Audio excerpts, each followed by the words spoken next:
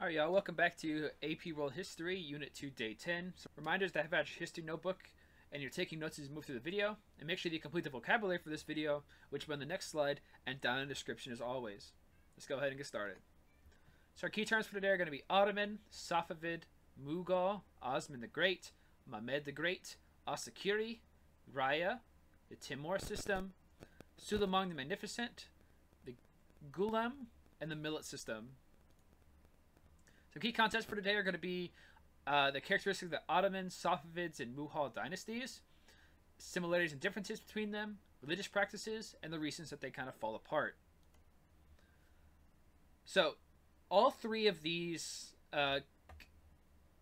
Muslim empires are known as gunpowder empires. All three of them are Islamic. They're all created through military conquest. They're called these gunpowder empires because guns, the muskets and prototype hand grenades and gunpowder in general, was the reason that they were able to come to power in the first place. They're all Turkish in origin. Two of them, the Safavids and the Mughal, are Shia Islam. The Ottomans are Sunni Shia kind of mixture. They're all autocratics run by emperors or sultans who impose their will on the state. And there's two major problems that are across all of them. First one is going to be harem politics, which harem politics is when the emperor or the leader has several other wives and concubines who then the emperor has children with them, who then those mothers of those children, who are all legitimate children, begin to poison and kill the other women and children so that their son could be emperor next. So that leads to a lot of messy politics and eunuchs. Now the rise of the Ottoman Empire, the Ottoman Empire is going to be the real biggest one that's going to maintain power well into the 20th century. Well, we know the origin of the Ottoman Turks is going to be Osman the Great, and they're really going to kind of rule from their seat in Anatolia, or modern-day Turkey. Of course, we have the conquest of Constantinople and the death of the Byzantine Empire, with the conquest of Constantinople, or Istanbul, by Mehmed the Great. Let's talk about some Turkish social structure. Remember, all three of these gunpowder empires descend from the Seljuk Turks and the Turks from Central Asia.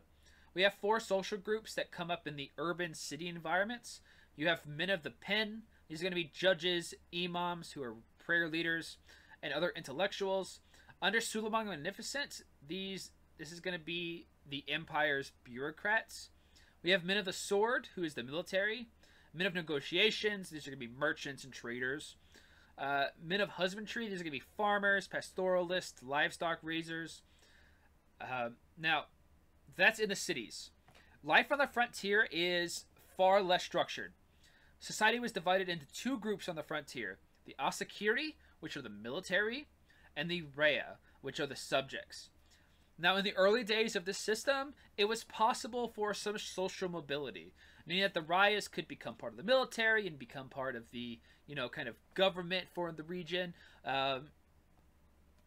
Over time, separation between the Askeri and the Raya became more rigid. Soon the Askeri will kind of become similar to, in the Timar System we'll talk about in a moment, to kind of Japanese and even European feudalism. Women will have little to no rights except for their traditional rights, their class roles, and of course their husband's wishes. Similar to kind of the start of when the Islam began to synchronize with other cultures. Now, let's talk about the Timar System. This is really on the frontier. Now, it's very similar to feudalism, but I want to make sure that you know it's not feudalism. Now, the Timar System, the Askeri were given a share of the agricultural taxes and designated a portion of the region for protection. This is similar to Cossacks in the steppe area of Russia. The Askeri exempted from taxation and over time, the Askeri roles became very hereditary. Now, once again, the difference between the Timar system and feudalism is the Timar holder, the Askeri like leader or the fief holder, cannot dispense justice. He's not really in control of the area. He's still beholden to the Sultan. Because in the Ottoman Empire, central government was crucial, active, and they wanted to make sure that they didn't fall apart. So again, the Timar system is more like a Japanese shogun fief than he is a Western European feudal lord. Let's talk about a Ghulem. A Ghulem was a slave who was educated and trained for state service. If a Ghulem is not necessarily someone who works in the field. This is an educated, trained eunuch.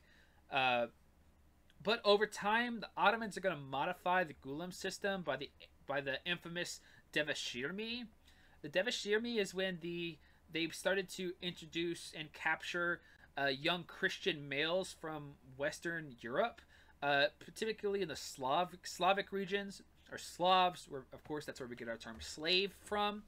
And they captured these, white Christian males between the ages of 8 and 15. These youth were then brought before the Sultan. If you were intelligent, smart, capable, you were converted to Islam, and you were destined for the highest offices in the empire. Though you're still a slave, right? You would enjoy more freedom and more control over your life, but you had to become a eunuch. Now that's the third time we've mentioned the word eunuch. A eunuch is when a male will have their genitals removed to make you less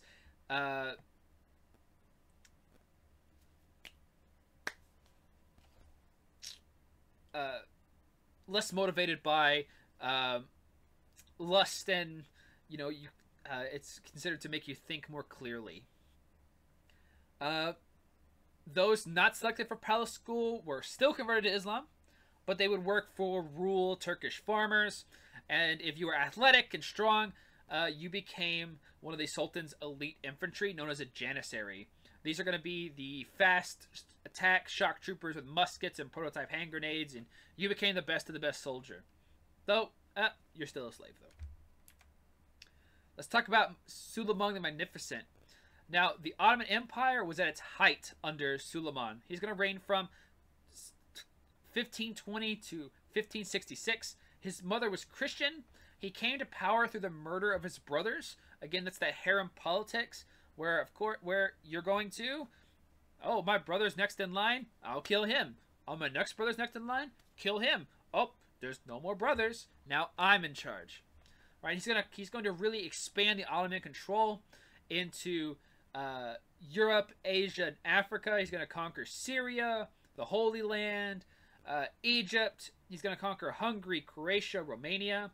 He's going to attempt to conquer Vienna, which is an Austrian-controlled area. In 1529, he will fail. He will build a powerful navy to rule over the Mediterranean. He's going to encourage the development of arts. He's going to beautify Constantinople with mosques. But, like most leaders, he's going to die. And the Ottoman Empire will take a very, very long time to decline, and will last until 1919 in a very, very slow decline. Now let's talk about the Turkish Millet System. Now the Millet System was a way to control some of the religious minorities in the Ottoman Empire. The Millet System was that the ethnic minorities would elect their own religious dignitary. So in the case of a Jew, you would have the chief rabbi. In the case of Orthodox Christianity, you would have a patriarch. And these were called millets, and these millets were responsible to the Turkish Sultan. He would advise the Sultan on affairs of these smaller communities. This is the person who would collect taxes, conduct education, marriages, divorces, and inheritances. And he was also the one punished if any of these communities began to act up. Now, the Muslims did not have a millet system. They were ruled by the Quran, Sharia law, and of course the Sultan directly. So that's what we're going to end for today. Please make sure that you're following along in your notes. You complete the vocabulary for this video. And guys, I'll see you guys in class. All right, bye.